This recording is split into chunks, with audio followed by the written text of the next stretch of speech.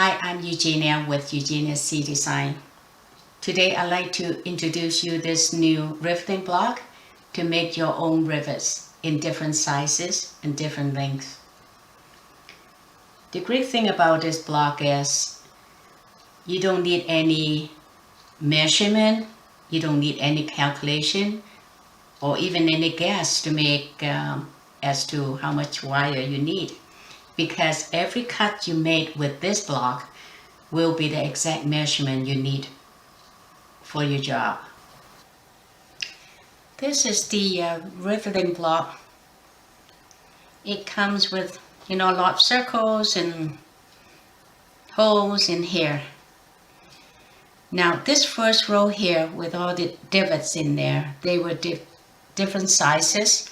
That's for holding the shape of the rivets when you hammer from the other side. So that's keep the head nice and round all the time.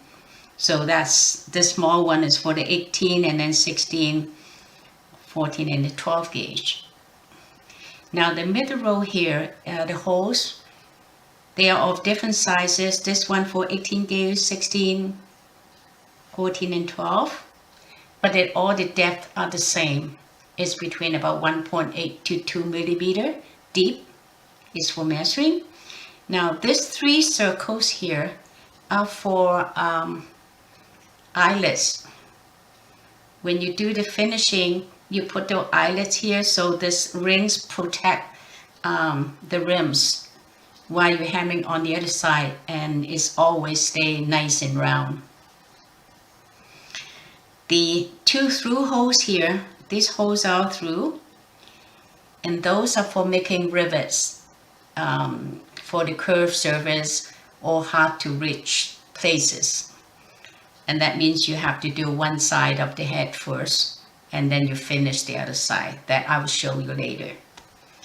Now on this side, there's 2 divots here for holding the rivets while you do the tapping, and that's for measuring.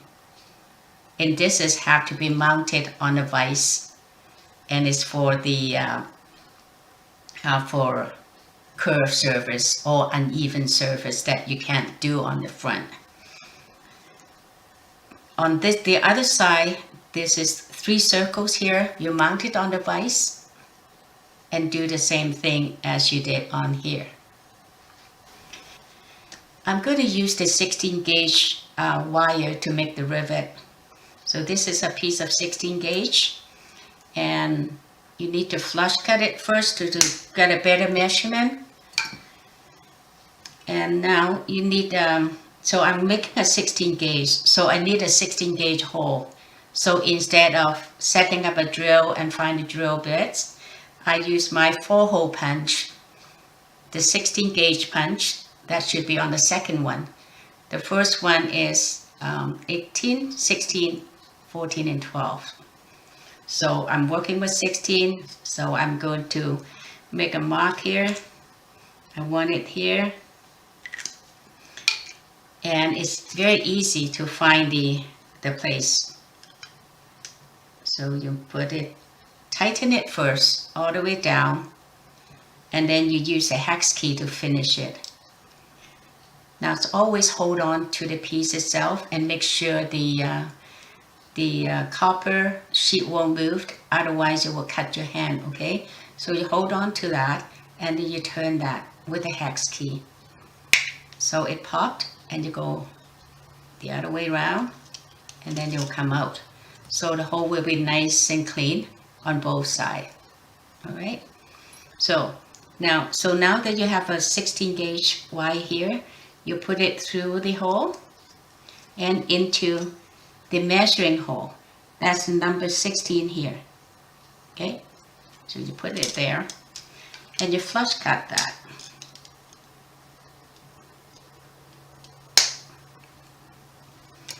And sometimes it's a little bit easier to tap it a little bit, so spread it so it won't come out.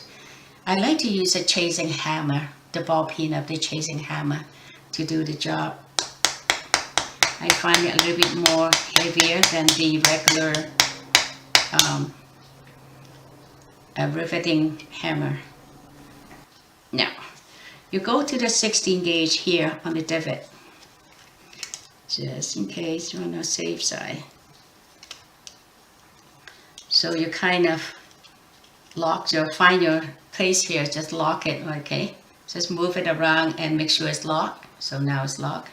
And then you just keep hammering here all around, and then flip it on the other side.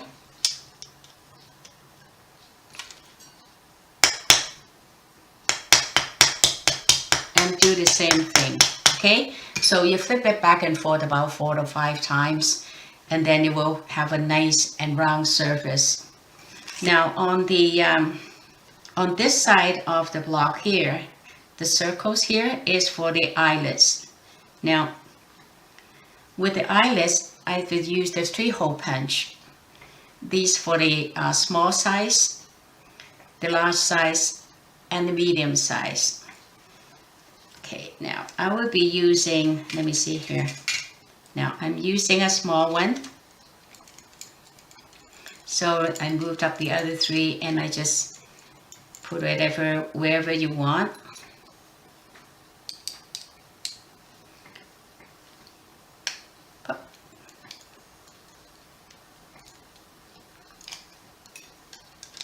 Okay, so you got a hole here. Now I'm going to put a rivet, a small one in here. A small eyelets. And then I put it on the where the small one is. And then I flipped it over. And then I just, okay, see if I can find it. I don't know what's easier. Oops. Maybe for a small one it's easier to put it from the top. You know, put it here and then you hold on to it, flip it, and then make sure it locks. Again, you feel it, so it's locked. And then again, you use the hammer, the ball side of the chasing hammer, to hammer it around and finish it.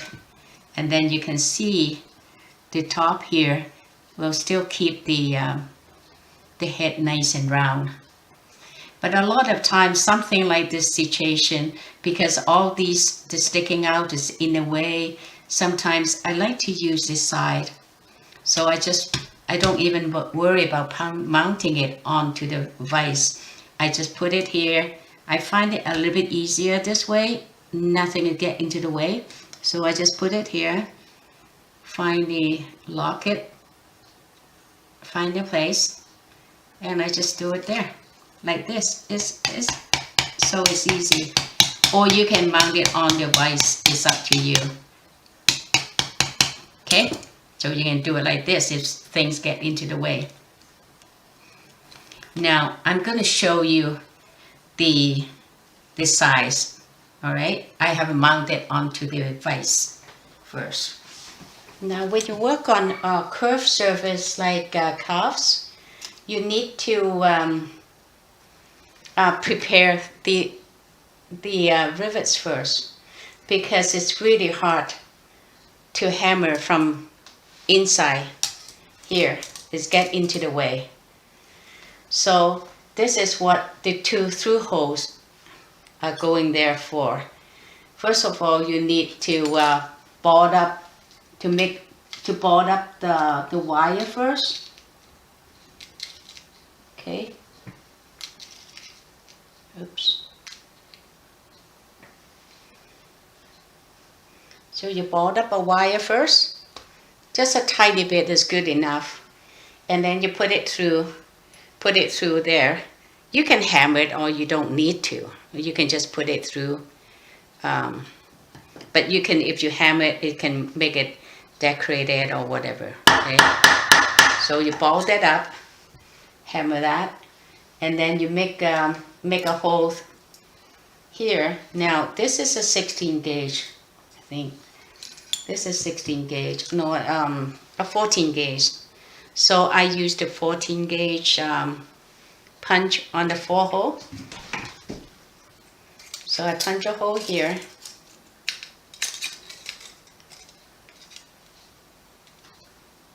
Punch a 4 hole.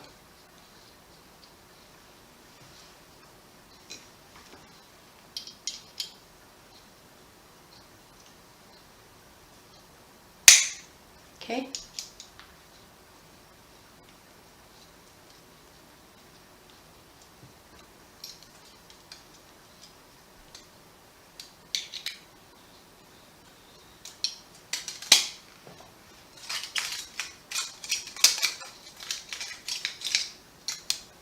So all you do, because we already got one side prepared, so all you do is go through it from the bottom, like so. And then now this way, you have kind of eyeball. Now let me mount it on here first, okay?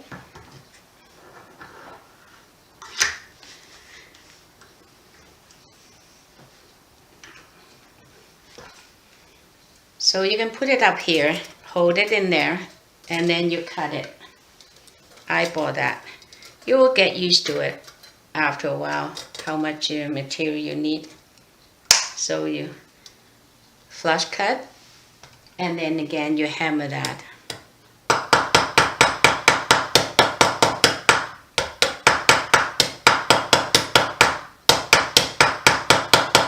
And that's all you have to do. It's very easy, and you don't have to fight underneath to how to do it. Just can't, it's hard to do it, even though I did it before I made this block. But this is so much easier. So this is what we have today for the riveting block. And you have any question, please feel free to email me. And you have time, please go to check out my website. There's other videos about my other tools as well. So thank you for watching, and hopefully see you next time. Bye.